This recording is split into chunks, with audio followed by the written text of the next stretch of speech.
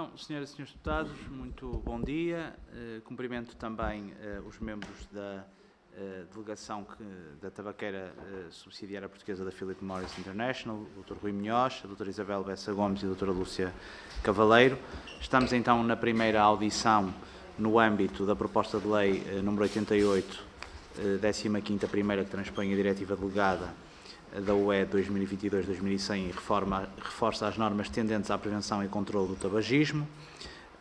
A grelha aprovada para a audição de hoje e para as que se seguirão é constituída por uma primeira ronda de 10 minutos para a entidade, neste caso que solicitou a audição, seguida de 3 minutos a cada grupo parlamentar para a colocação de questões, uma resposta em bloco por parte da entidade de 10 minutos e depois uma segunda ronda de 2 minutos para cada um dos partidos e uma resposta em bloco da entidade de 6 minutos.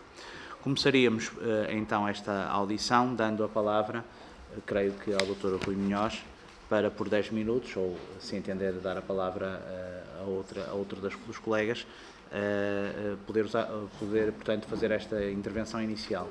Não sei, parece que pretendem distribuir... Sim, gostaríamos de distribuir umas brochuras sobre a evidência científica dos produtos tabágicos. Muito bem.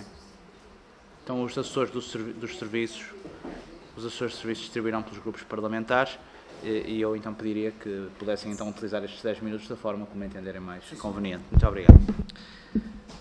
Muito boa tarde, Sr. Presidente do Grupo de Trabalho. Boa tarde, Srs. Deputados. Começaria por agradecer a oportunidade de participação da tabaqueira nesta audiência.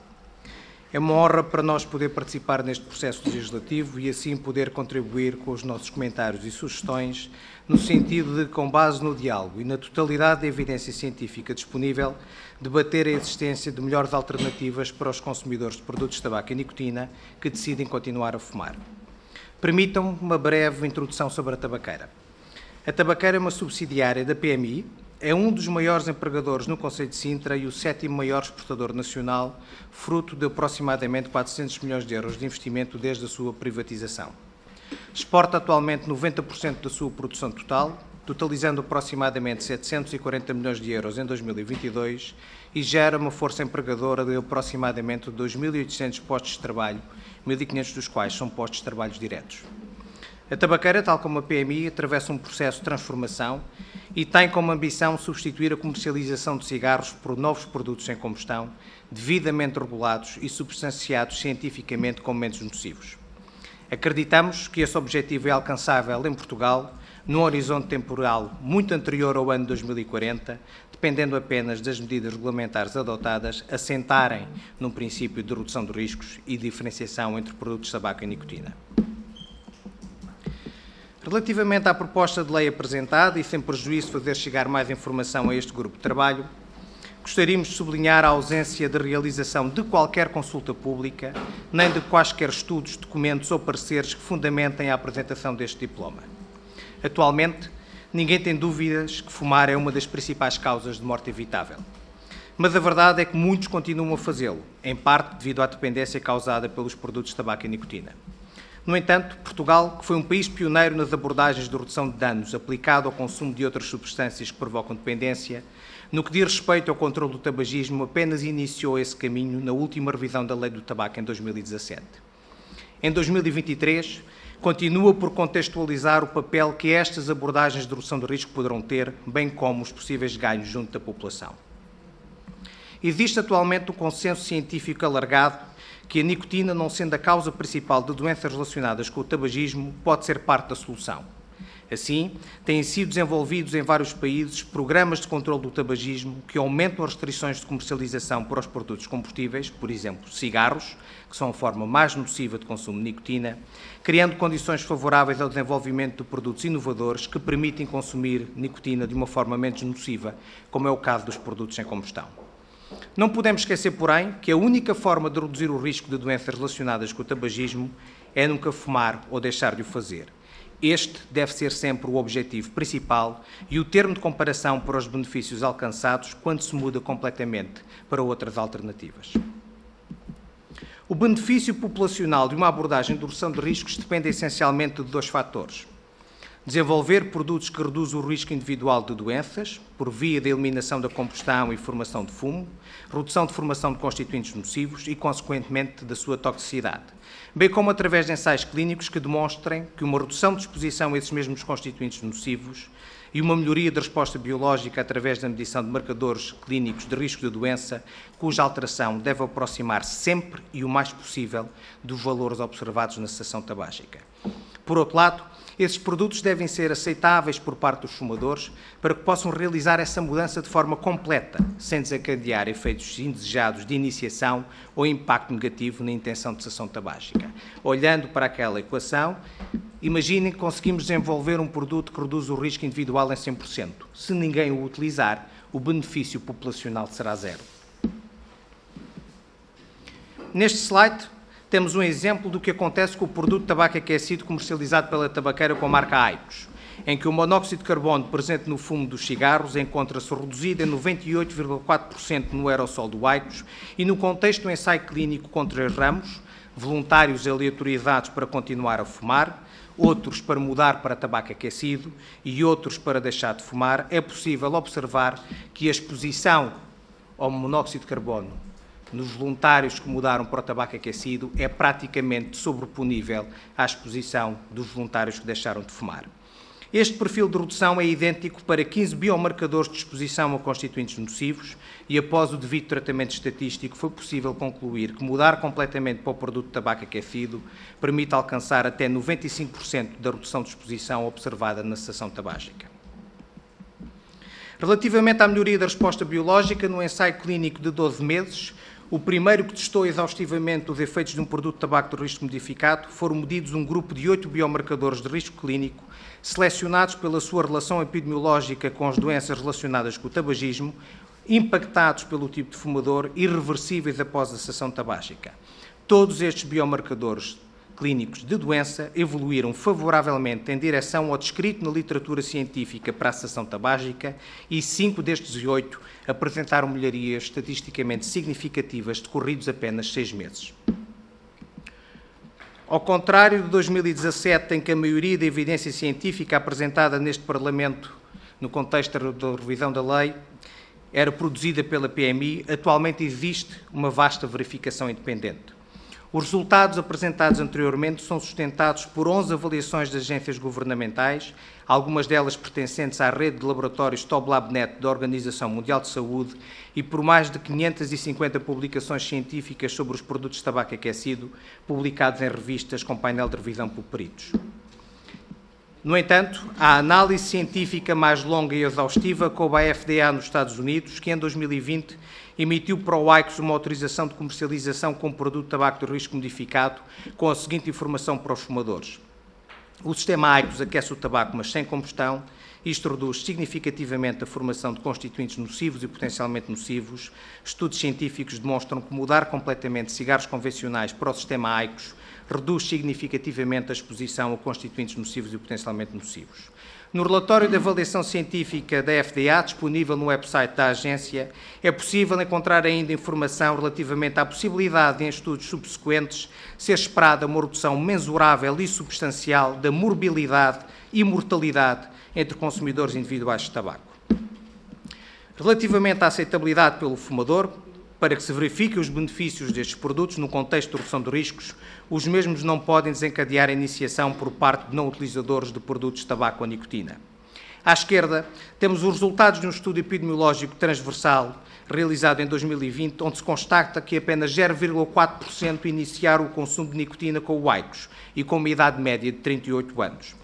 Ao centro, um estudo do CICAD apresentado em 2020, em ambiente escolar, onde é possível observar que o tabaco aquecido é o produto de tabaco ou nicotina menos prevalente em todas as variáveis em estudo. E à direita, os dados do último Eurobarómetro da Comissão Europeia, que apresenta 0% de iniciação para os produtos de tabaco aquecido. Estes estudos, combinados com a evidência de outros países, não substancia o argumento que o tabaco aquecido é um produto de iniciação. Por isso, gostaria de vos apresentar o exemplo do Japão.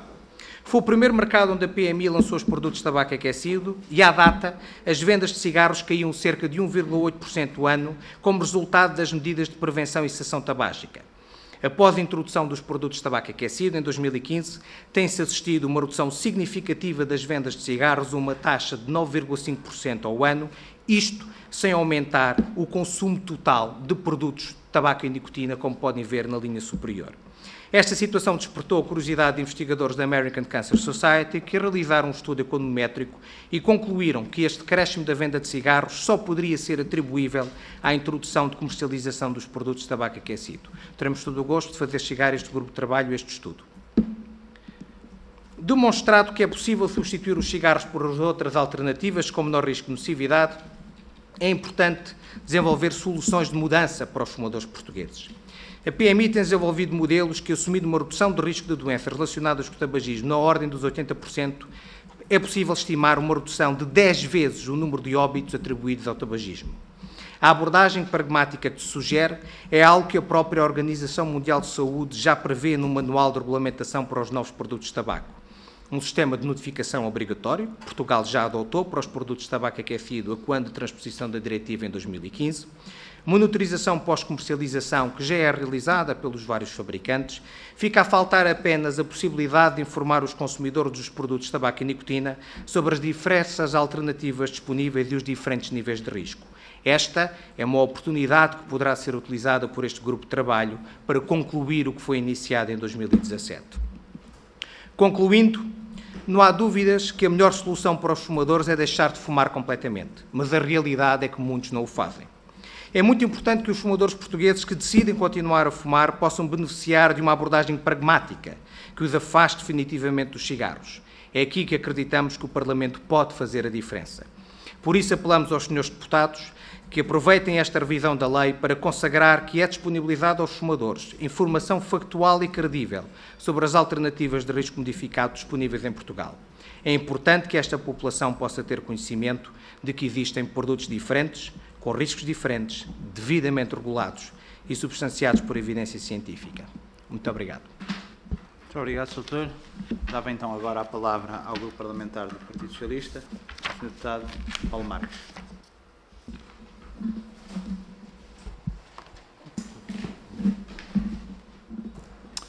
Obrigado, Sr. Coordenador.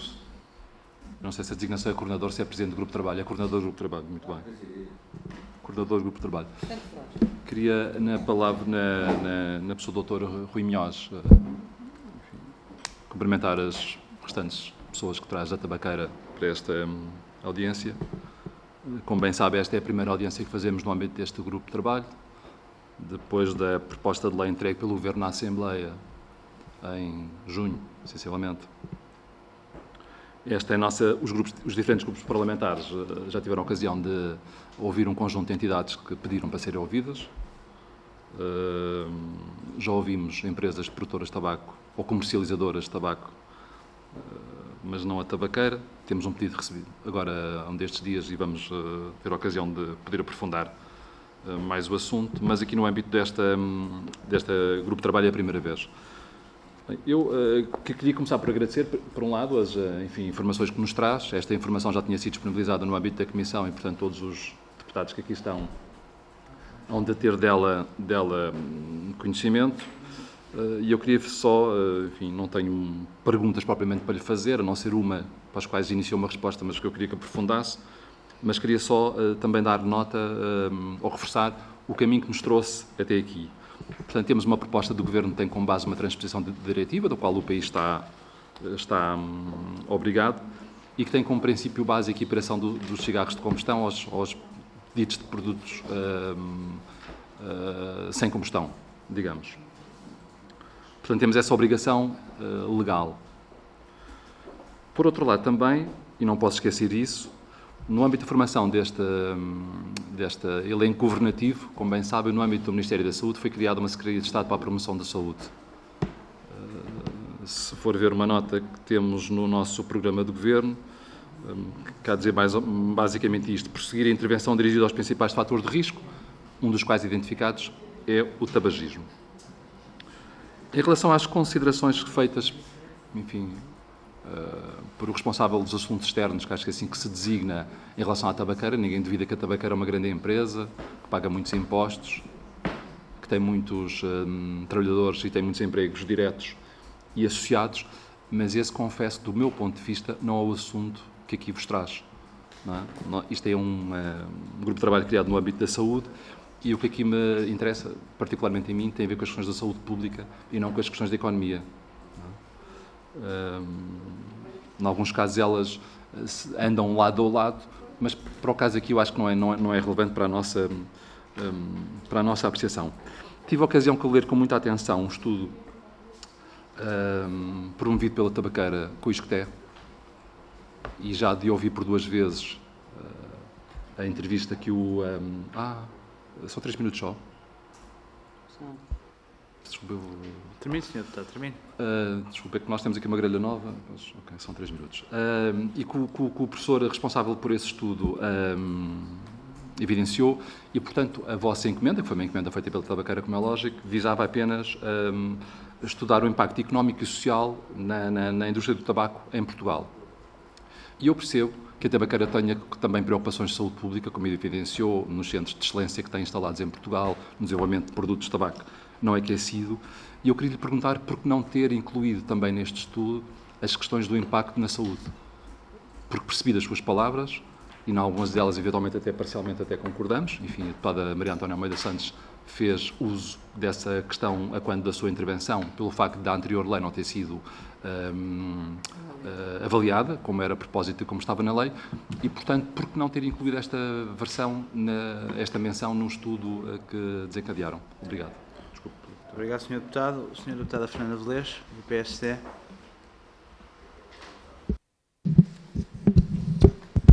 Obrigada, Sr. Coordenador. Cumprimento o Sr. Coordenador, cumprimento as Sras. Deputadas e os Srs. Deputados e cumprimento também o Dr. Rui Minhós, a Dra. Isabel Bessa Gomes e a Dra. Lúcia Cavaleiro. Para o Grupo Parlamentar do PSD, as audiências deste grupo de trabalho destinam-se, como é devido, essencialmente a ouvir as entidades do setor e a considerar os seus contributos, tendo em vista um objetivo: melhorar a proposta de lei do Governo sobre o tabaco. Isto a acontecer na discussão na especialidade desta proposta de lei. Neste sentido, em nome do Grupo Parlamentar do PSD, agradeço a exposição inicial que o Dr. Rui Minhós fez e da qual tomamos boa nota. Compreendemos todas as vossas preocupações, que são legítimas e oportunas, assim como as sugestões que apresentam e que traduzem, sem dúvida, soluções que consideram necessárias e urgentes. Aliás, o próprio Ministro da Saúde reconheceu ontem que a transposição da Diretiva Europeia para o direito interno português está atrasada, tendo infelizmente esquecido de referir que a responsabilidade por esse atraso pertence exclusivamente ao Governo do Partido Socialista, que demorou 1 ano a enviar para o Parlamento a Diretiva Europeia que tinha a obrigação de transpor. Mas o Sr. Ministro acrescentou, e aí nós estamos de acordo com o Sr. Ministro, que é preferível o processo demorar mais umas semanas para se poder melhorar a lei do que aprovar uma lei a correr, ou seja, digo eu, sem a devida ponderação dos deputados e exigível participação da sociedade. É verdade que, como referiu o Dr. Rui Minhós, esta proposta de lei do Governo vai muito para além da simples transposição da Diretiva Europeia e, por isso, deve ser devidamente ponderada e melhorada, merecendo especial reflexão algumas das proibições agora previstas, quer no seu sentido, quer na própria extensão e execuibilidade. São disso exemplo as novas proibições de fumar ao ar livre, dentro do perímetro de estabelecimentos do ensino superior ou de esplanadas com cobertura, ou a proibição de venda de tabaco nos espaços onde não se pode fumar, sejam cafés, bares, restaurantes ou ainda festivais de música. Já para não falar nas fortes restrições impostas à venda automática de tabaco.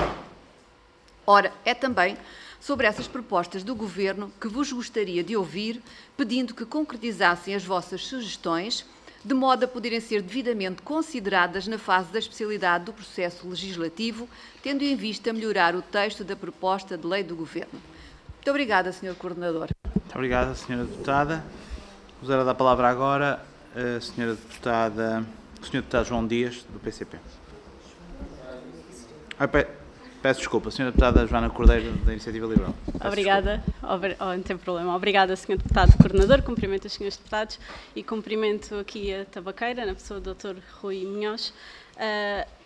como esta é a primeira audição, eu gostava de voltar a reforçar a posição da Iniciativa Liberal relativamente a esta lei. Há, de facto, aqui, ouvimos aqui dizer que estamos a falar de uma transposição da diretiva, mas a verdade é que esta proposta de lei extravasa completamente tudo aquilo que era a transposição da diretiva, e isso vai pela minha primeira pergunta: se de facto estivéssemos a falar apenas de uma transposição da diretiva, se aquilo que a diretiva diz, que tipo de oposições é que teriam a fazer a essa transposição, se Portugal se tivesse limitado a transpor esta diretiva, mas a verdade é que não é isso que esta proposta de lei faz. Esta proposta de lei está, de uma forma geral, a tratar os portugueses como crianças irresponsáveis. Já tive a oportunidade de usar esta expressão. Há, de facto, um grande paternalismo do Estado em controlar aquilo que faz bem ou mal às pessoas e a decidir que, pronto, o tabaco faz mal, então vamos como o Estado ou como o Governo não tem no limite sequer que as pessoas deixem de fumar, e percebe-se essa intenção com essa proposta de lei, mas como não teve coragem no limite de proibir completamente o consumo de tabaco, porque obviamente isso não seria popular, isso seria uma medida que nós vemos provavelmente numa ditadura e não numa democracia, aquilo que está a fazer é complicar a vida às pessoas, quer seja ao nível dos espaços onde podem fumar, quer a nível dos locais onde podem ser adquiridos os produtos de tabaco. E como nós não vivemos isolados, nós não podemos olhar de facto só para a saúde, temos que olhar para a economia, sim. Portanto, e as minhas perguntas nesse sentido é se de facto porque nós temos muitas micro, pequenas e médias empresas envolvidas também neste mercado. Portanto, eu gostava que nos dissessem qual é o impacto, se tem algum tipo de estimativa do impacto económico quer a nível do próprio impacto e que depois se materializa em despedimentos, não é? Portanto, gostava de vos perguntar sobre isso. Depois, perguntar-vos também se quando limitamos e quando criamos um conjunto de restrições à venda, se isto não vai fomentar o mercado ilegal. Portanto, que é isso que nós já assistimos nos Estados Unidos, por exemplo, na altura da lei seca, foi isso que nós vimos. Portanto, o que vai acontecer é, o próprio Estado está a fomentar o mercado ilegal e com isso sabemos que depois sim pode estar em causa a saúde das pessoas ao nível daquilo que é consumido ou daquilo que é vendido, porque de facto deixa de haver aqui algum tipo de controlo de qualidade. Depois, vocês centraram aqui a vossa apresentação relativamente, e vinha as minhas perguntas também iam neste sentido, relativamente aos mecanismos de redução de danos, porque de facto esta política não está minimamente transposta para esta proposta de lei, ou seja, estamos a tratar todos os produtos como igual. E era sobre isso que eu gostava de ouvir. Já aqui nos trouxeram um grande conjunto de informação, perceber também se acham que neste momento, como disse, toda a gente já sabe que o tabaco faz mal. Sabemos todos, toda a gente sabe, quem escolhe fumar, escolhe conscientemente. Portanto, não há aqui nenhum tipo de desconhecimento. Mas há, sim, algum desconhecimento sobre as várias alternativas que existem no mercado. E foi aqui, já abordaram aqui. O que eu vos gostava de pedir era que... Já aqui referiu que nos podia fazer chegar relativamente ao estudo, ou seja, que nos demonstrassem se estas novas alternativas, nomeadamente do IQOS e do tabaco aquecido, qual é, por comparação com o cigarro tradicional, se devem ou não ser tratadas da mesma forma, ou porque é que não, e quais são aqui os não vou dizer benefícios, porque estamos sempre a falar de algo que de facto faz mal, mas de facto, como nós... Porque vou terminar só com uma comparação. Se nós, no caso quando falamos das drogas, falamos sempre em mecanismos de redução de danos.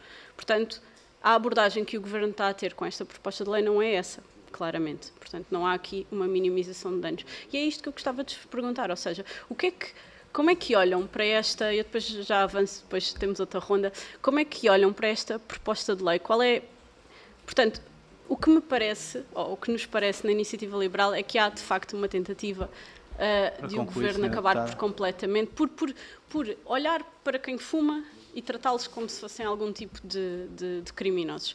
E porquê é que isto está a ser tratado desta forma e quando olhamos, por exemplo, para as drogas, não vemos este tipo de abordagem? Qual é aqui o que é que o tabaco tem que ser tratado de forma diferente? Obrigada.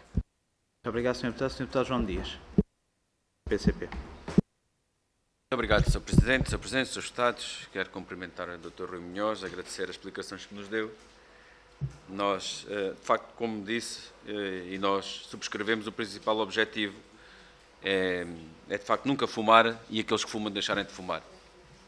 E é precisamente por aí que nós também, parece-nos que o que nos deve pautar em termos do discurso, da análise, do aprofundamento da reflexão que fazemos, tem a ver com a evidência científica, e esta, relativamente ao tabaco, ela é mais do que consolidada e é bastante robusta, quer para os malefícios, quer para os efeitos deletérios que o tabaco provoca. Eu gostaria de recordar que, ao longo dos anos, a indústria tabaqueira teve sempre um discurso relativamente... o discurso da redução e da minimização de danos esteve sempre presente.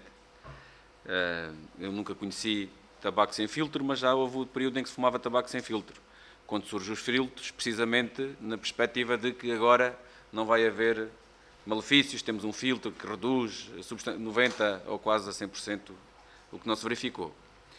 Depois, mais tarde, veio-se também numa outra perspectiva de minimização e redução dos danos, dos riscos associados com os cigarros ultralight, light, e, novamente, continuamos com os mesmos malefícios. E agora, relativamente àquilo que é o tabaco aquecido, novamente surgem evidências científicas de um lado e do outro, provas de que umas que contradizem os resultados que a indústria farmacêutica também apresentou, mas importava, se calhar, fazer aqui algumas questões que fossem mais importantes, tendo em consideração que o Sr. Doutor falou aqui de ser um importante meio até de desabituação tabágica. Se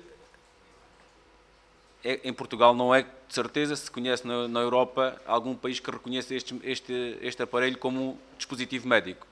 Se algum médico prescreve este aparelho para alguém deixar de fumar. Existe alguma orientação da OMS ou outra qualquer. Depois, fazendo uma apreciação do que acontece relativamente ao tabaco aquecido, na verdade tem uma combustão incompleta, é uma pirólise que acontece, há de facto uma decomposição térmica e nesse sentido há efetivamente a inalação pela via pulmonar, que vai diretamente para a circulação, de produtos tóxicos, e isso é garantido. E, portanto, quero-lhe perguntar qual é o nível de consumo seguro. Ou seja, é quantos cigarros por dia? 1, 20, 40? Qual é o nível de consumo seguro que a gente pode dizer que pode continuar a inalar, portanto, estes... E a outra questão tem a ver com a dependência. Perguntar também se causa ou não causa dependência este tipo de tabaco aquecido. Muito obrigado. Muito obrigado, Sr. Deputado. A Sra. Deputada Isabel Pires, do Bloco de Esquerda. Obrigada, Sr. Coordenador. Cumprimentar aqui os representantes da tabaqueira, cumprimentar os Srs. Deputados. Nós, se olharmos para a proposta de lei que foi apresentada, já na altura o dissemos, há uma vertente que não é tanto que nos preocupa, mas que nos causa alguma estranheza. Em primeiro lugar, obviamente, a questão do tabaco e do combate ao tabagismo, creio que há muitos anos que é algo que todos os governos defendem, não só a nível europeu, mas também a nível mundial, e que, portanto, tem que existir políticas públicas que olhem para essa matéria. Não é tanto, na verdade, o papel, digamos assim, de quem produz e de quem comercializa estes produtos e, portanto, há, obviamente, aqui visões distintas relativamente a isso. Mas o que a proposta de lei nos traz tem mais que ver, na verdade, com proibição ou não de locais para consumo, proibição ou não, ou mais ou menos restrições relativamente à venda de determinados produtos. Na verdade, o que coloca mais em cima da mesa é a equiparação do chamado tabaco aquecido ao tabaco tradicional, e aí é que começaram a surgir mais questões. Na verdade, parece-me que esta vertente de olhar para os espaços que não são, que são ao ar livre e tentar restringir o consumo de algo que não é ilegal no nosso país, por parte de cidadãos que, em princípio, serão adultos e informados, aí é que já nos entra, parece-nos a nós, um problema de, enfim, as pessoas sabem o que é que estão a fazer e ao ar livre parece-nos que é muito difícil nós estarmos a falar aqui de proibições deste género. Mas, se calhar, a questão que se coloca mais, em particular, à tabaqueira, é a questão da equiparação, não é, dos produtos. Obviamente que deram-nos aqui estes dados, a brochura, alguns estudos que existem, que aparentemente, mas também haverá outros que dão ideia de que poderá ser tão nocivo ou igual ao tabaco tradicional, uns que dirão que será menos prejudicial. Eu creio que podemos ficar numa base de que, sendo um produto de tabaco, tem sempre um risco inerente e, desse ponto de vista, devemos olhar para esse produto, creio eu, desse ponto de vista, enquanto decisores políticos e enquanto alguém que também cria e faz política pública de saúde. E, portanto, a primeira questão que colocaria tem a ver com esta questão da equiparação. Como é que olham para essa matéria da equiparação na proposta de lei? E aquilo que nos interessa mais perceber, se calhar até por parte das empresas que produzem e que comercializam, tem a ver com uma questão que é levantada na própria proposta de lei, que tem a ver com a restrição de venda destes produtos. Como já dissemos anteriormente, eu volto a repetir, nós estamos a falar de um produto que não é legal e, portanto, a questão da restrição levanta sempre dúvidas, até do ponto de vista jurídico, relativamente às razões e à forma dessa restrição. Há vários exemplos em vários países relativamente a políticas que pretendem diminuir a utilização. Se formos para países mais restritivos, como a Nova Zelândia, nós não vemos em lado nenhum venda de tabaco, temos que perguntar para depois eles abrirem algo que está fechado, os maços são todos absolutamente iguais, não há diferenciação do ponto de vista visual, o preço é extremamente elevado e haverá outros países com restrições que não vão tão longe quanto isso. E, portanto, considerando que a restrição de venda pode fazer parte de uma política pública de tentar diminuir a incidência tabágica na população, de que forma é que consideram que esta proposta de lei de facto responde a esse problema ou não? E queria também desde já dizer que não estarei presente para a segunda ronda, terei outra reunião, mas depois ouvirei as restantes perguntas e as restantes respostas. Obrigada. Muito obrigado, Sra. Deputada. Então, posto esta primeira fase, teria então a entidade 10 minutos para responder às questões colocadas pelas senhoras e senhores deputados. Muito obrigado, Sr. Presidente. Bem, eu vou talvez procurar começar a resposta pela questão da equiparação. Obviamente isto é uma questão, na minha opinião, de semântica, porque se nós olharmos para a Diretiva de Produtos de Tabaco 2014-40, está prevista, quando se alterarem substancialmente as circunstâncias de mercado, nomeadamente chegar aos 10% de cota de mercado em 5 Estados-membros, ou um valor mínimo de 2,5% do volume total de vendas a nível europeu, a Comissão Europeia podia, por ato delegado, retirar algumas isenções aos produtos de tabaco aquecido, na altura novos produtos de tabaco, nomeadamente no que diz respeito aos aromas distintivos. E também retirar as isenções dos avisos de saúde combinados para os produtos de tabaco para fumar. Foi precisamente isso que aconteceu. Esta questão da equiparação não é referida na diretiva. Há uma retirada de isenção porque foram alteradas as substâncias de mercado. Portanto, aquilo que nós estamos aqui a discutir não é, na minha opinião, uma equiparação, é executar aquilo que era uma diretiva europeia que foi aprovada em 2014. E hoje em dia a própria lei, esta proposta de lei transporta isto da lei anterior, prevê já alguma diferenciação. A possibilidade dos operadores económicos pedirem menções, autorização de menções de risco modificado.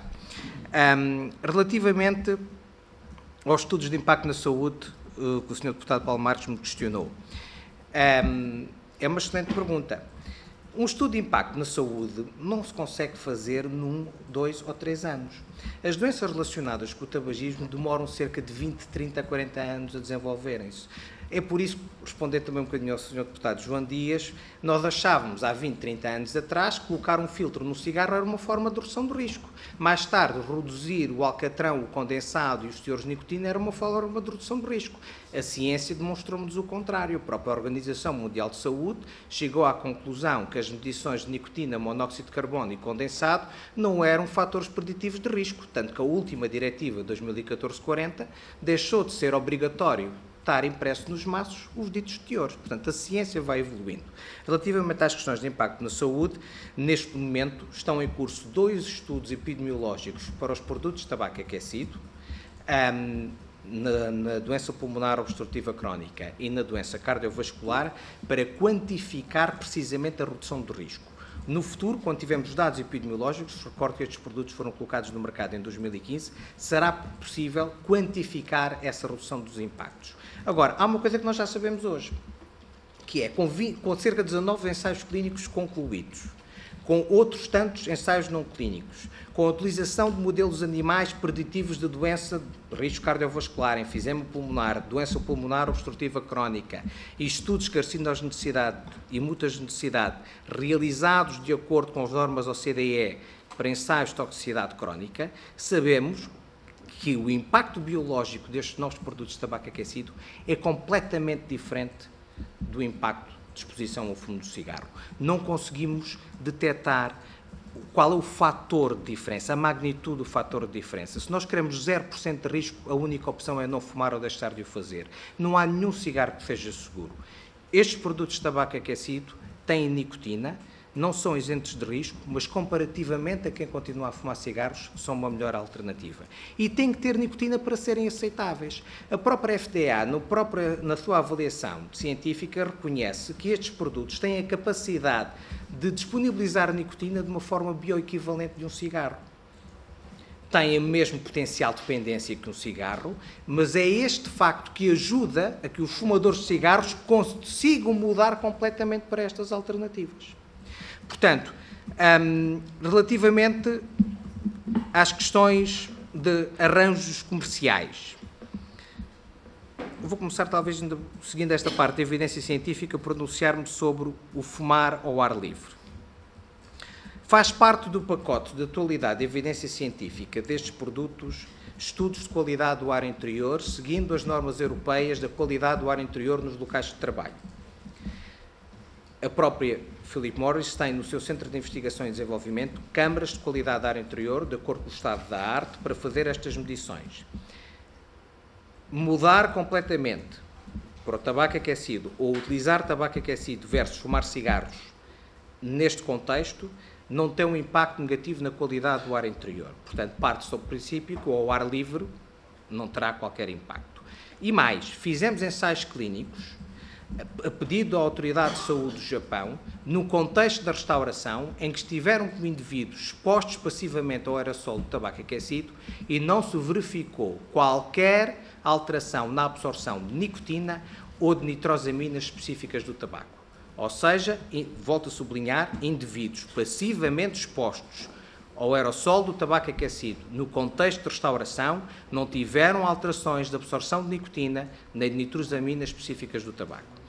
Portanto, agora, cabe ao legislador decidir se quer continuar por proibir fumar e a utilização de cigarros eletrónicos e de produtos de tabaco aquecido no interior dos restaurantes ou em espaços públicos fechados e, eventualmente, estender isso a alguns locais do ar livre. A questão aqui é, temos que olhar para a evidência científica. A evidência científica diz que são completamente diferentes. Fumar um cigarro ou utilizar um produto de tabaco aquecido no espaço público fechado é completamente diferente. Agora, e esses dados estão disponíveis, posso fazer chegar a este grupo de trabalho, os estudos, os relatórios, os artigos científicos publicados, para poderem analisar. Relativamente aos arranjos comerciais, sem dúvida que haver uma restrição da oferta sem fazer nada do lado da procura pode criar condições favoráveis ao desenvolvimento do comércio ilícito. A questão aqui é qual é o equilíbrio. Nós percebemos a preocupação do Governo em reduzir a acessibilidade, somos sensíveis aos argumentos do Governo, por exemplo, às máquinas de venda automática, quando diz que é uma forma de acesso por menores. A posição da PMI e da tabaqueira, por inerência, é que os menores não devem consumir qualquer produto de tabaco ou nicotina. Portanto, aqui a nossa capacidade de comentário é limitada. E depois temos que olhar também para aquilo que é o estado de comercialização através dos meios de venda automática noutros países da União Europeia, onde esta proibição já foi verificada. Mas, mais uma vez, partimos do princípio que o Governo terá elementos que substanciem esta proposta.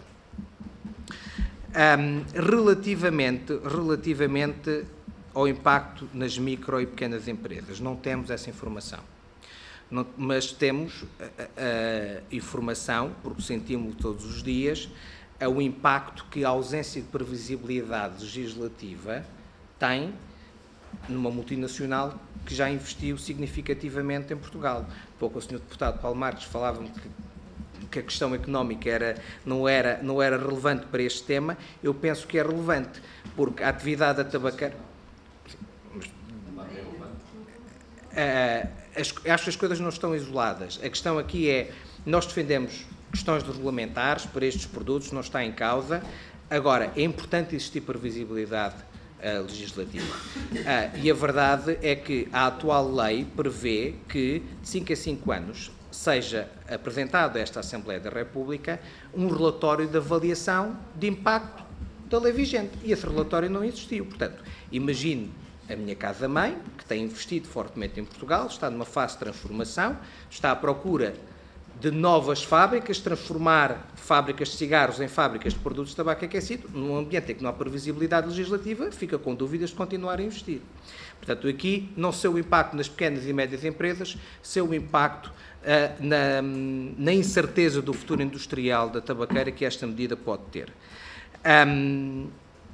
Indo às questões do deputado João Dias, sendo farmacêutico, que acabam por ser aquelas em que eu me sinto mais confortável em responder. Relativamente à questão dos filtros, dos lights, e toda essa evolução que foi surgindo nos cigarros convencionais com o objetivo de reduzir o risco, chegou-se a um momento em que a evidência científica demonstrou que o problema era a combustão, a presença de combustão. E o Sr. Deputado referiu que há uma combustão incompleta nos produtos de tabaco aquecido. Não há combustão. Há pirólise, mas pode ter pirólise sem combustão, não pode ter combustão sem pirólise. E eu vou-lhe passar a explicar porque é que não há combustão. Há vários métodos, mas há dois muito simples. A ausência de partículas sólidas na presença do aerossol de tabaco aquecido verificadas com raios-x através de microscopia eletrónica, e estas partículas sólidas só se formam se existir combustão completa. E o segundo método, muito mais importante, é o desempenho do produto em atmosfera inerte. A caracterização química do aerossol do produto de tabaco aquecido é exatamente igual, quer seja utilizado numa atmosfera normal com presença de oxigênio ou numa atmosfera de azoto sem presença de oxigênio. Não havendo oxigênio, não há combustão. E o equipamento desempenha-se, tem exatamente o mesmo desempenho, a caracterização química do aerossol é exatamente igual. Portanto, e há outros métodos que substanciam a ausência de combustão. Agora, não há nenhum consumo seguro. Isto aqui, o único consumo seguro é não fumar ou deixar de o fazer. Quando nós olhamos para uma tecnologia que é chamada os sistemas in vitro, em que conseguimos saber exatamente o que acontece em cada uma das etapas que levam ao desenvolvimento de doenças, nós conseguimos calcular uma coisa que é o fator de impacto biológico. E esse fator de impacto biológico entre sistemas organocelulares expostos ao aerossol do aigos e expostos ao fumo do cigarro demonstram magnitudes de impacto muito, muito diferentes. Mas são sistemas in vitro, portanto não podem ser extrapoláveis para o organismo humano. Aquilo que nós podemos ter como extrapolável para o organismo humano são um estudo de carcinogenicidade e mutagenicidade feito no modelo animal, que é o rato AG, em que é um modelo animal que desenvolve espontaneamente tumores do pulmão, das células pequenas do pulmão, que é um tipo de cancro que mecanisticamente ocorre também nos fumadores adultos. E aquilo que se verificou passados 18 meses de animais expostos ao aerossol do aigos e ao fumo do cigarro é que a multiplicidade e a incidência de tumores era muito maior no grupo de animais expostos ao fumo do cigarro.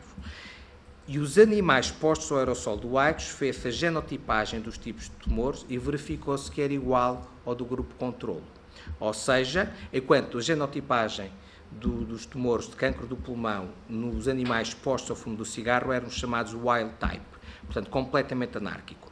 Isto demonstra que neste estudo não clínico em modelos animais para desenvolvimento de cancro do pulmão foi possível confirmar que o aerossol do aigos não induziu a formação de novos ou um maior número de tumores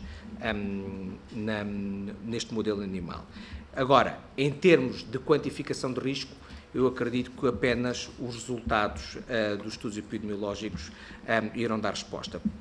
Referi-me também, vou concluir, referi-me também a questão da prescrição para deixar de fumar. Estes produtos não se destinam a deixar de fumar. Estes produtos são uma alternativa de consumo para quem decide continuar a fumar cigarros.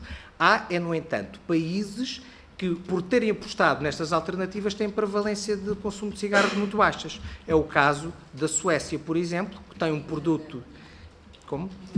A Inglaterra também. Mas a Inglaterra tem aqui uma outra nuance, se me permitir, apenas 20 segundos. 20 segundos. Mas gostaria de esclarecer esta questão.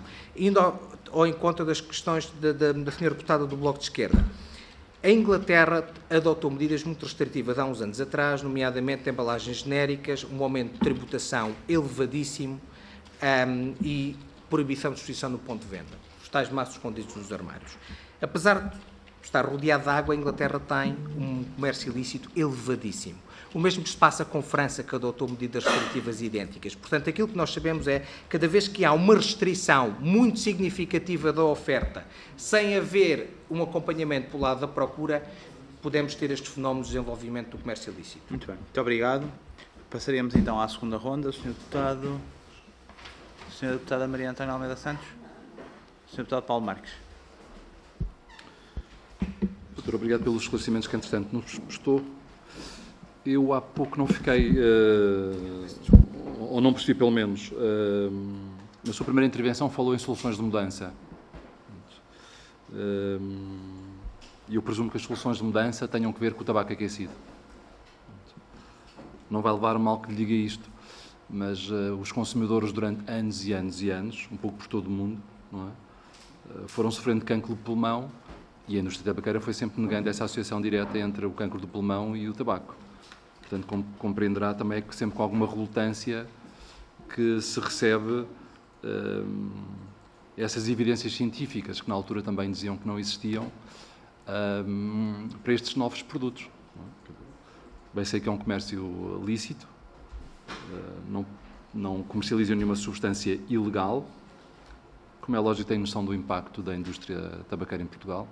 Temos, salvo erro, 3 ou 4 fábricas, 3 empresas, 2 delas trabalham num país quase em regime de permanência para a tabaqueira.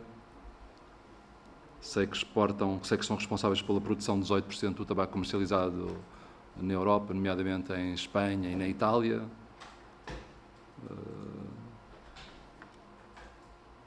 Mas isso não nos pode esquecer também do que os cigarros e do que o tabaco nos provoca, em termos individuais e em termos coletivos, como é lógico. Há pouco falou nas questões da venda do tabaco nas máquinas. Nós, por acaso, já tivemos a ocasião de ouvir uma das principais empresas distribuidoras dessas máquinas de tabaco pelo comércio e garantiram-nos que ninguém menor de idade comprava tabaco através dessas máquinas, mas como há pouco fez alusão ali na sua apresentação, um estudo do CICAD recente considera que é demasiado fácil para os jovens acederem ao tabaco. Na vossa participação no Plano Nacional de Saúde, uma dos itens que diziam que mereciam o vosso apoio para o combate ao tabagismo tinha que ver uma com a imposição de limites da idade e outra com as questões relacionadas com campanhas e consultas de cessação tabágica. E a minha pergunta é, dado que a possibilidade de aquisição de tabaco hoje tem uma idade legal aprovada, era se defendiam a necessidade de haver um agravamento nessa medida ou não. Obrigado. Sra. Deputada Fernanda Velez. Obrigada, Sr. Coordenador. Quero começar por agradecer ao Dr. Rui Minhoz os esclarecimentos que já nos prestou e quero colocar-lhe ainda 2 questões. Para além de outros indicadores preocupantes, o Serviço Nacional de Saúde registra elevadíssimos tempos médios de espera para consultas de apoio à cessação tabágica, podem ir de alguns meses até 1 ano.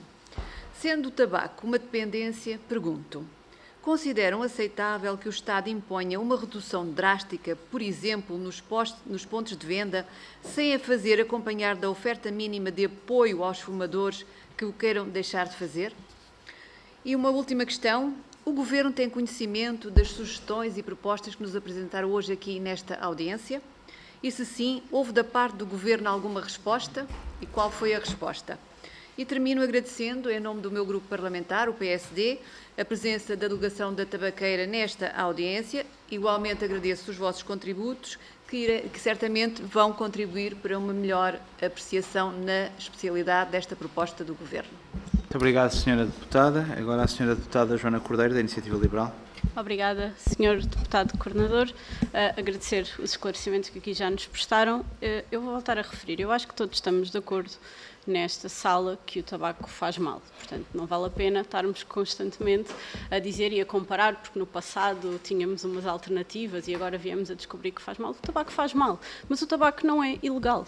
E a partir do momento, e o que esta proposta de lei faz, é tratar o tabaco como ilegal. Portanto, o que vocês aqui nos vieram a explicar, e com os vossos argumentos, é de facto tentarmos ter políticas de mitigação de riscos, como temos para outras soluções. Ouvir aqui dizer que mas o tabaco leva ao desenvolvimento do cancro. Claro, da mesma forma que o álcool mata imensas pessoas na estrada, certo? Da mesma forma que o açúcar e as gorduras, tudo certo. Temos que ter aqui um equilíbrio entre aquilo que faz mal e as pessoas serem livres de poderem utilizar um produto que é legal e o tipo de restrições que temos relativamente a isto.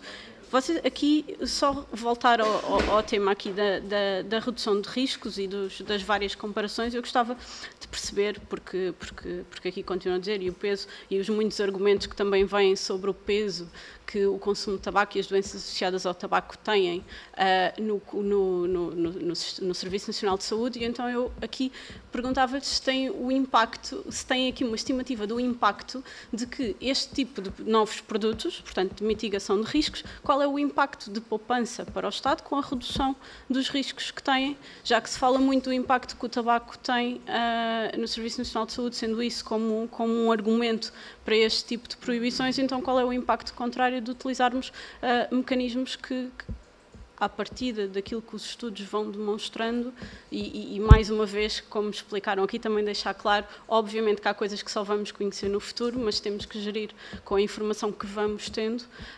Portanto, se há algum tipo de estimativa deste impacto? Obrigada. Muito obrigado, Sra. Deputada. Sr. Deputado João Dias. Muito obrigado, Sr. Presidente. Sr. Rui Munhoz. Não irei explorar aqui alguma incoerência relativamente a alguns argumentos, mas parece-me que é claro para toda a gente que há um consumo explosivo deste tipo de novos produtos de tabaco, seja ele aquecido, eletrónico, enfim. O que tem levado a um maior consumo, tem levado também, não falou disso, mas ao nível de dependência, que não está provado que não cause dependência, ou seja, continua a causar dependência. Aliás, daquilo que percebo e daquilo que nós entendemos e que vimos em muitos registros e de estudos, é que muitos dos fumadores destes novos produtos de tabaco continuam a ter um uso duplo de tabaco, ou seja, fumam tabaco convencional e até cigarros aquecidos ou eletrónicos. E, portanto, há aqui uma situação que nos parece até ser muito mais viciante do que o tabaco convencional. Continua a introduzir alcatrão, continua a introduzir nicotina, formaldeído, benzaldeído. Há substâncias, partículas tão pequenas, mas que são introduzidas e depositadas no pulmão. Portanto, desenvolve todo o processo inflamatório e todas estas questões que poderíamos aqui abordar, mas não temos tempo. Portanto, a questão que eu coloco tem a ver, naturalmente, que nós temos que ter uma regulação adequada e eficaz para este tipo de tabaco. Isto é algo que é da mais elementar justiça e bom senso, e que neste momento não temos. E depois, a necessidade de proteger as novas gerações. Proteger as novas gerações face a estes produtos. Aquilo que quero deixar a pergunta tem a ver com se ele é mais viciante, se ele provoca toda esta dependência e pessoas que fumam a muito mais longo prazo, como é que funciona aqui a ajuda para deixar de fumar. Nós temos, se formos explorar isto no Serviço Nacional de Saúde, uma carência brutal naquilo que é a resposta para quem quer deixar de fumar. Essa é uma área que muitas das vezes não é trazida à discussão, mas fazia falta que fosse feita. Mas, ora, nós estamos aqui a encontrar formas, não para as pessoas deixarem de fumar, mas para manter as pessoas nos hábitos tabágicos e, nomeadamente, com muita mais dificuldade para que sejam eficazes as medidas para deixar de fumar. Muito obrigado. Muito obrigado, Sr. Deputado. Concluiríamos, então, a audição com a resposta em bloco da entidade por tempo de 6 minutos. Muito obrigado. Relativamente ao passado da indústria, reconheço o seu comentário. Eu também tive muitas dúvidas quando saí da indústria farmacêutica como farmacêutico para me juntar à indústria tabaqueira. E aprendi uma coisa: as empresas são feitas de pessoas. E uma nova liderança com uma nova visão de querer transformar a empresa, de querer deixar de comercializar cigarros para substituir por melhores alternativas, foi isso e uma aposta forte na substanciação científica, foi isso que me motivou, como farmacêutico, como especialista em assuntos regulamentares na ordem dos farmacêuticos, fazer essa mudança e fazer parte dessa mudança. Eu não posso referir nem comentar o que foi o passado. O que posso é aquilo que eu fizer no presente, que fruto poderá ter no futuro para aquelas pessoas que decidem continuar a fumar cigarros, que é a forma mais nociva de consumo de nicotina. E é aí que nós falamos de soluções de mudança. Porque aquilo que se nós olharmos para os últimos 10 anos, a prevalência de consumo de produtos de tabaco tem-se mantido mais ou menos constante na ordem dos 20%. A carga da doença tem sido mais ou menos a mesma. E aquilo que nós temos perante nós é uma oportunidade de reduzir o risco para quem decide continuar a fumar. Este não é um produto de cessação tabágica, é uma alternativa para quem decide continuar a fumar. Relativamente à questão que me referiu, sobre a questão da dependência, obviamente que este produto provoca dependência de nicotina, mas não é mais viciante. Se olhar para os estudos da FDA, para a avaliação da FDA, a entrega de nicotina, a disponibilização de nicotina e aquilo que se chama o urge to smoke, a apetência para iniciar a fumar, é exatamente igual aos cigarros. Portanto, não é mais viciante. Relativamente à questão do alcatrão, não tem alcatrão. O alcatrão é uma medida apenas para os cigarros. Estes produtos não têm fumo, têm um aerossol. Podemos falar do resíduo do aerossol. E esse resíduo do aerossol é conhecido atualmente 99,6% da sua composição, confirmada 80% com padrões comerciais. Há uma redução de 95% da formação de constituintes nocivos face aos cigarros. Existem no aerossol de tabaco aquecido 532 constituintes químicos. São perfeitamente conhecidos. Portanto, Sr. Deputado, deixe-me que lhe diga, não há inalação de formaldeído nem basaldeído. Há um estudo que refere isso e a FDA rejeitou-o por falhas metodológicas graves. Poderemos depois discutir no corredor e eu dar-lhes esses elementos todos. Relativamente ainda à questão da dependência, temos um estudo chamado Actual Use Study, que demonstrou que o consumo diário de tabaco aquecido é idêntico ao consumo diário de cigarros. Mas o Sr. Deputado referiu uma coisa que é verdade, utilização concomitante. Apenas 70% consegue mudar completamente e deixar de fumar. Os nossos estudos clínicos demonstram que cerca de 30% ainda fazem uma utilização concomitante de cigarros e tabaco aquecido. E a FDA concluiu que, mesmo com essa utilização concomitante, há uma redução ainda significativa de exposição a constituintes nocivos e potencialmente nocivos. Ainda assim, como a utilização concomitante é uma melhor alternativa do que continuar a fumar cigarros. Portanto, a questão deste produto não é para deixar de fumar, é para reduzir o risco para quem decide continuar a fumar.